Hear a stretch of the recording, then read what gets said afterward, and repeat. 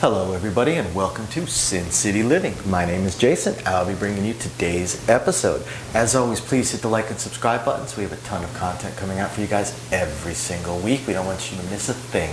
Our usual shout out of appreciation to our patrons. All those tips and support are highly appreciated. It's only going to go towards making the channel better. We're hoping to add a lot more games to the channel, such as roulette, video keno, video poker, carnival games, things along those lines. We just want to do it right, which is going to be very expensive, so it's going to take some time. You could help us out if you wanted to. If not, no big deal. We appreciate you guys just tuning in, but if you're curious about it, go ahead and check the description down below this video on the patronage.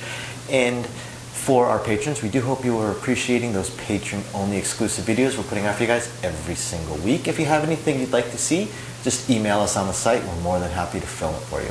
As for the rest of you, please continue tuning in. We have, like I said, a ton of content coming out. And if you have any suggestions, questions, strategies, anything related to craps, baccarat, blackjack, pie gal, casinos, Vegas in general, just go ahead and shoot us an email at sincityliving@gmail.com. We absolutely love to shoot these videos for you guys. It is our favorite thing to do.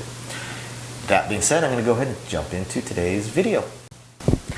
This video today is going to be one that one of our fans sent to us. It is their personal strategy. From what I saw of it, briefly looking at it, it looks like I'm not going to say an easy strategy or a simple strategy, but it looks like one that's going to be a little bit easier to explain, not one of those many ones that I see that it's like 3 paragraphs and it looks like a computer program full of if-then statements.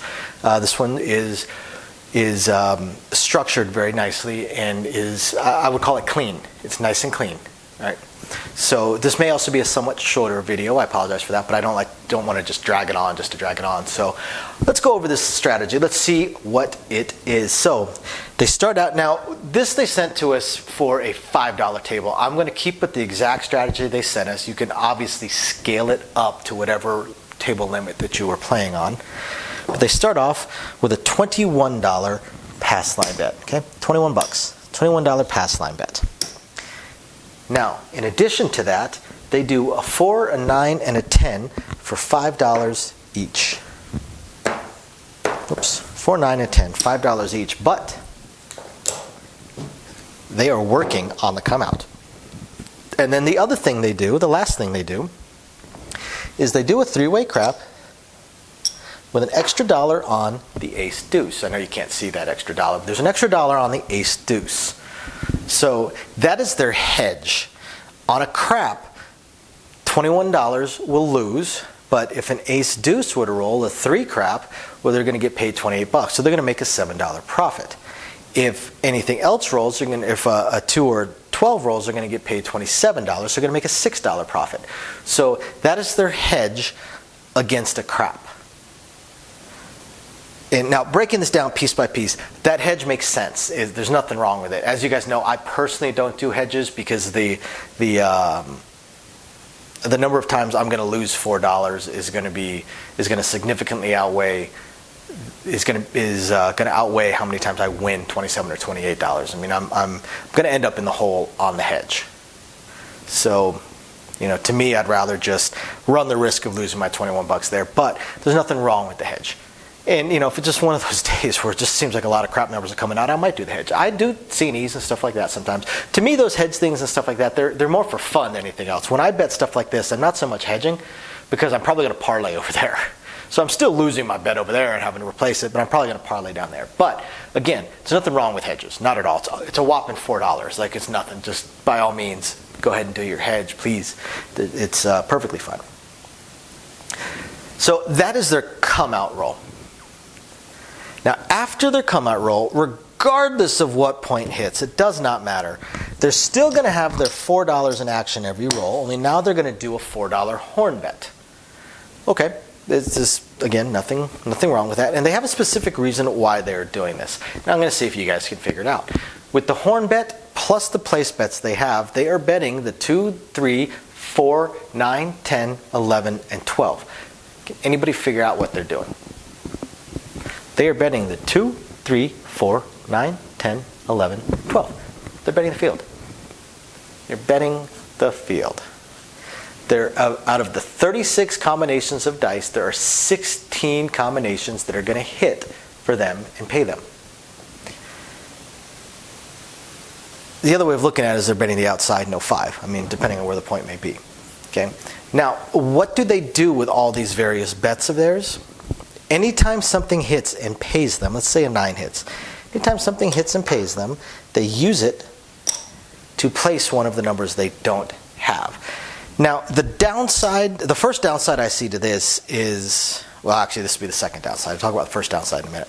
The second downside I see to this is that unless a horn number is one of the ones that hits, the first 3 hits that happen, they're losing money. Because this pays 7, this pays 9. But if they're going to be placing these, this right here, $5 plus replacing their horn bet is $9. So to place the 5, they're breaking even on the 4 and 10. To place the 6 or 8, they're actually losing $1. They have to throw in an additional $1 in order to do it. So that right there is one small weakness. Now, the other side of things as you look at this is what's happening is they are giving away the first 3 rolls. The first 3 rolls that hit one of their numbers, they're not making anything. They're using it to continue placing other numbers. Nothing wrong with that. I believe in pressing and expanding how you can win. Abso-freaking-lutely. 100%. Love that. I just don't like leaving holes. 5, 6, and 8, right there are 15 of the combinations of the dice. 15 of them. Actually, no, 14 of them. Yeah, 14 of them. I can't believe I said 15. There are 14 of the combinations of the dice. 14 out of the 36 combinations of the dice. Or, if you want to break it down even, take the 7s out.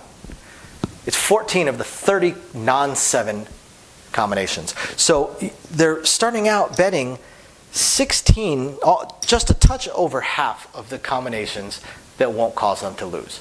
So half the time they're not going to make nothing. They're going to lose $4 because they have to replace their horn bet.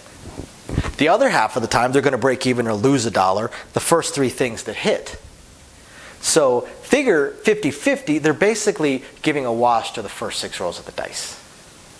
Not a lot of rolls are going to go past the first 6 rolls of the dice. So if your target is those rolls after the first 6 rolls of the dice, then you're targeting the somewhat longer rolls, in which case you might want to pick a strategy that's going to take advantage that once that 7th, 8th, 9th, 10th roll of the dice hits, you're already solid, especially because this strategy, he says he takes same bet every single time. He just collects once everything is placed. Here's the problem with that. 5, 6, 8, and 9, let's say you get them all placed. Let's say the first 3 rolls of the dice happen to perfectly land on numbers you're already betting, instead of the other half of the combos that wouldn't. First 3 rolls of the dice, you lost money or broke even because you placed the rest of them and have your horn and replaced your horn bet. Now after that, best case scenario is you're going to win $5, collect $5. Worst case scenario is you're going to collect $3, because since we're bringing the horn bet back every single time, we're going to win 9 but put 4 of it back. So we're winning $5 on the 4 and 10 and $3 on the 5, 6, 8, and 9. So very small winning percentage, and it requires making it through quite a few rolls before you even start winning that very, very, very minuscule amount of money. Since there's no pressing involved here, the win point is just it's just so small, and you have to catch a fantastic roll, especially when you figure that on average you're going to have to hit 5 or 6 rolls without a 7 to be able to have all your numbers placed. Or at best 4 or 5 rolls.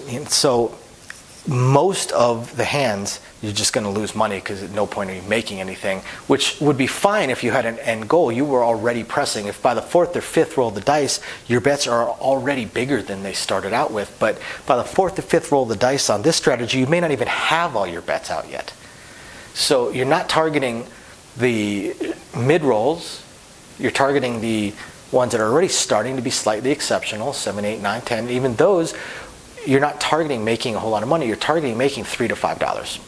So your win is very, very small. Unfortunately, the biggest weakness of this is right at the beginning when you have your 3-way crap with an extra $1 on your ace deuce, your $21 there, and your 15 out here working.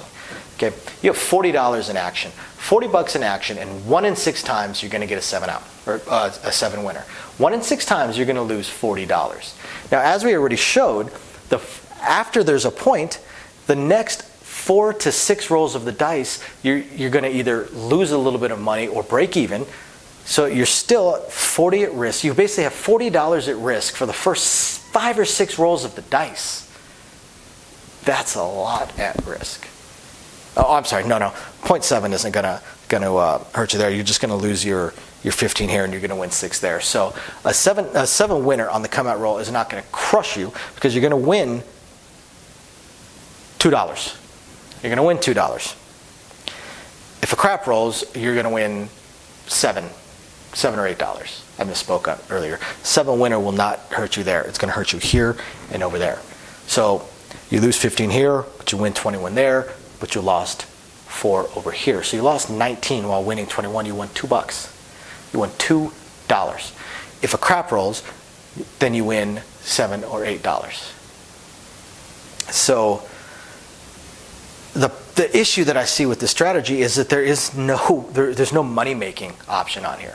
There's really no point where you win money unless you happen to catch one of those 60 roll hands, those hour to hour and 10 minute long rolls, where since you're winning $3 to $5 per hit, unless a horn bet happens to hit, but again, those are extremely rare. You're losing more than you're winning there.